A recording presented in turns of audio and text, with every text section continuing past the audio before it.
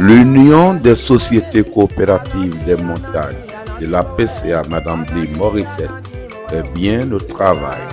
Récemment, après les civilités aux autorités de la ville, sur son initiative, le foyer des jeunes de Bangolo a servi de cadre à la rencontre des membres des coopératives regroupés au sein de l'Union des sociétés coopératives des montagnes, en abrégé UNUSCOMON, avec l'ADEC, Agence d'épargne et de crédit, et la FISCODE, Fédération internationale des sociétés coopératives.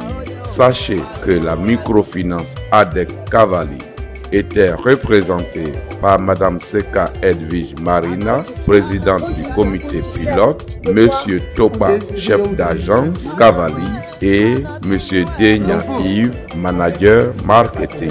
La FISCODE par Madame Ba Huguette Edwige, la présidente, et Madame T. Christine, la vice-présidente. Un seul sujet à l'ordre du jour: familiariser les membres des coopératives à l'épargne et au crédit.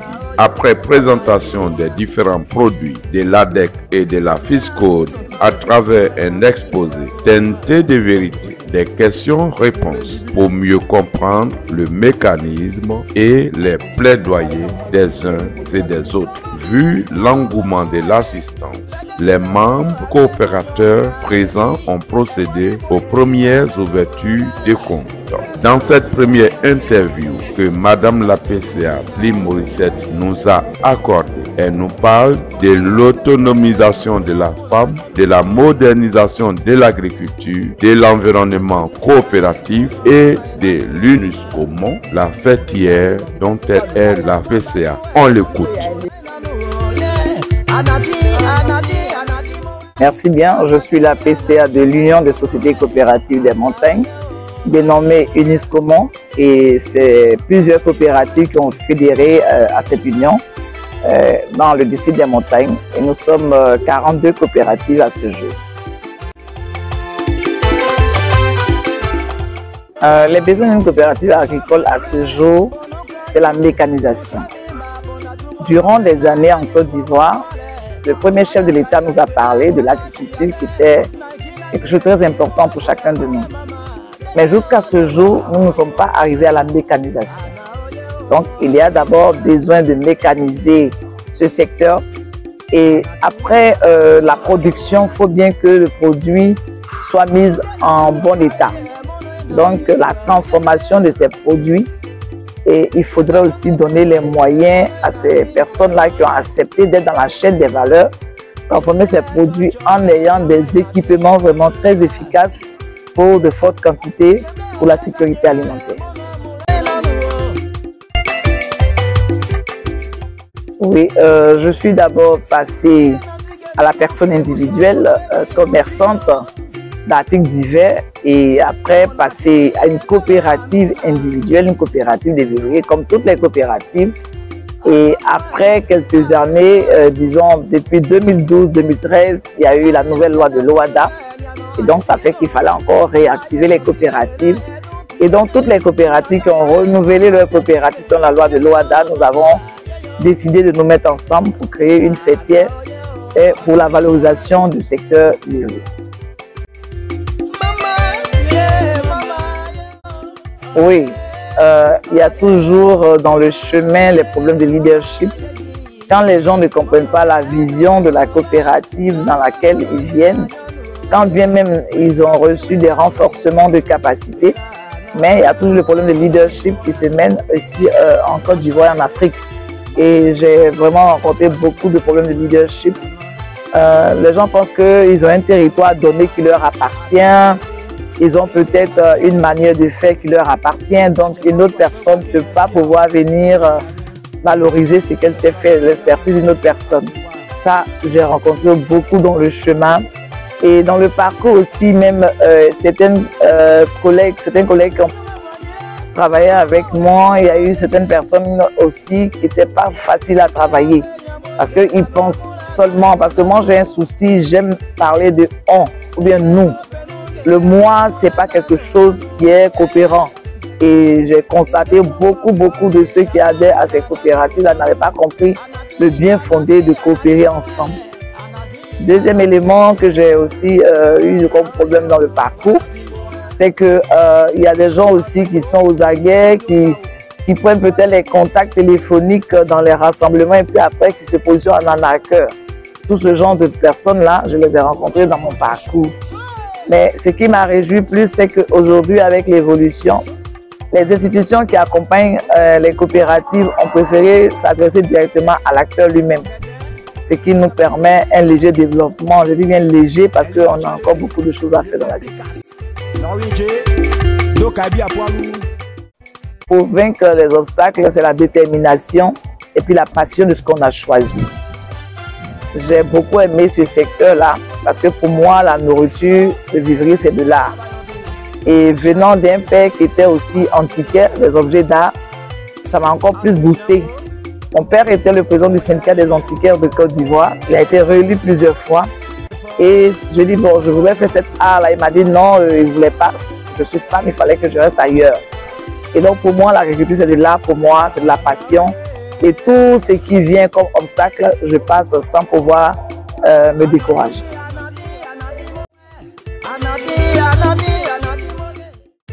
Non, les banques classiques n'ont pas de regard vers les exploitants agricoles. Ils nous ont toujours parlé de denrées périssables. Voilà, ils n'ont jamais. Et donc, c'est dans ces derniers temps que certains micro et mésofinances ont compris que c'était important d'accompagner le secteur vivrier. Sinon, on nous parlait tout le temps de denrées périssables, donc il n'y avait pas trop une grande garantie. On peut investir et puis après, il y a le changement climatique. Il y avait tout ce qu'on nous présentait pour refuser de nous accompagner. L'autonomisation de la femme est un outil très important parce que la femme est déjà une aide au foyer. Et donc, quand elle apporte une contribution dans le développement du foyer, ça permet vraiment à ce couple-là d'être à l'aise. Comme je le disais, auparavant, on laissait seulement les hommes se battre pour dire le chef de famille et qui pouvait tout prendre en charge. Mais vu le monde qui a évolué aujourd'hui, il fallait que les femmes se lèvent pour apporter une contribution en se mettant dans certains secteurs entrepreneuriaux afin de pouvoir soutenir leur mari. Donc c'est important que la femme parte dans le volet de l'autonomie.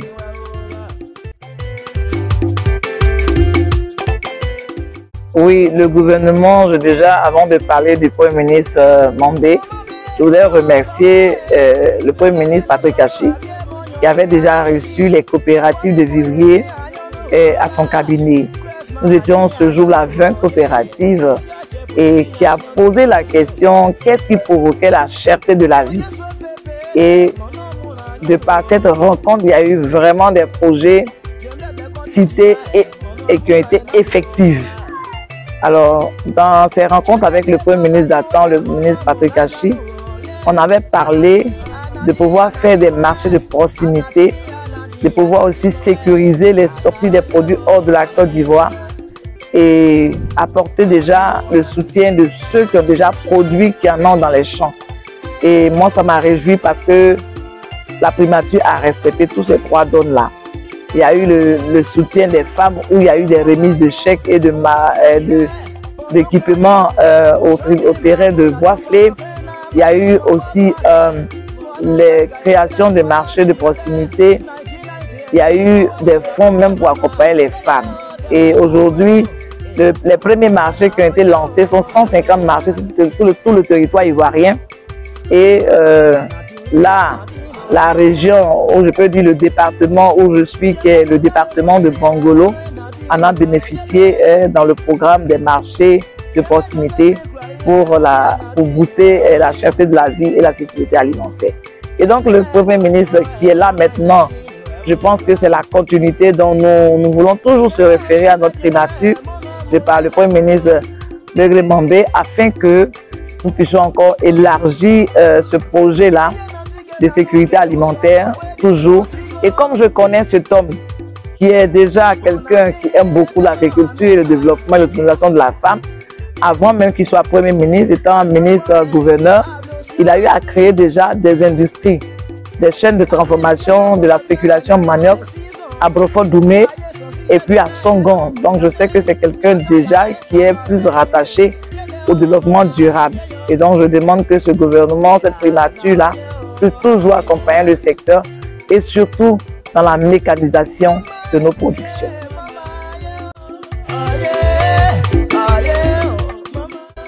L'OCPV est une agence par rapport au ministère du Commerce et de l'Industrie en Côte d'Ivoire qui est installée pour la promotion du vivrier en Côte d'Ivoire. Et donc, à ce jour, depuis 2018 jusqu'à maintenant, nous avons l'encadrement de l'OCPV de par de renforcement de capacité. Et pendant la Covid aussi, il s'est trouvé que des personnes ont pu recevoir des accompagnements. Parce que pendant la Covid, il y a eu beaucoup de produits péris, tout ça. Et donc, l'OCPV a fait un plaidoyer et a pu avoir des subventions pour soutenir le monde du vivrier, que ce soit des femmes ou des hommes ont été soutenus, soit en espèces pour réactiver les structures, soit en équipement, soit dans beaucoup de choses.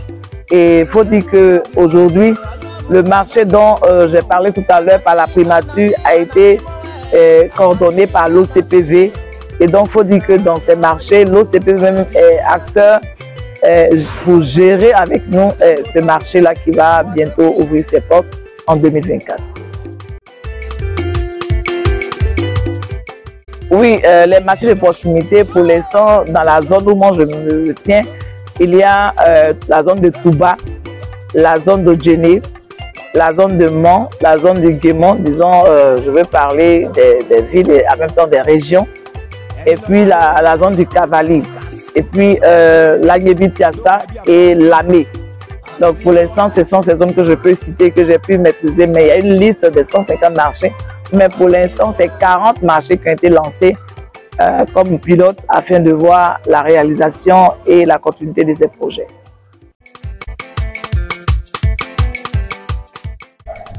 Je voudrais dire à la jeunesse des œuvres de Côte d'Ivoire que vu les diplômes qu'ils ont encore d'autres expertises au niveau de l'entrepreneuriat.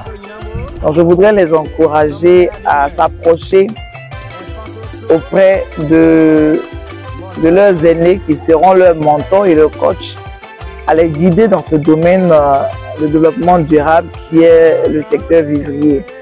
Et nous avons déjà commencé ces séances-là déjà. Moi étant experte consultante, j'ai été invitée à certains panels afin d'encourager la jeunesse à rentrer dans l'entrepreneuriat. Donc récemment, le mois passé, j'étais à la mairie d'Atekoubé, où il y avait une jeunesse qui m'attendait pour écouter mon parcours et puis aussi être leur coach et mentor. Et cela m'a réjoui parce qu'il y a eu des retombées. Ces jeunes filles qui m'ont écouté ce jour-là sont restées en contact avec moi et chaque fois demandaient comment pouvoir marcher bien pour grandir. Et donc je dis à ceux qui ne sont pas encore approchés de leurs aînés de le faire. Parce qu'on a plein de start-up et nous, ça nous réjouit parce que demain, ils seront le relais de la nation. La porte est ouverte. Toutes les femmes entrepreneurs en Côte d'Ivoire, nous sommes prêtes à recevoir notre jeunesse, qu'ils arrêtent de mendier, qu'ils arrêtent de faire de n'importe quoi, mais de pouvoir se référer à leurs aînés qui vont devenir leurs mentors et leurs coachs pour les aider à s'épanouir. Voici mon message pour la jeunesse de Côte d'Ivoire. Merci, madame. Je vous en prie.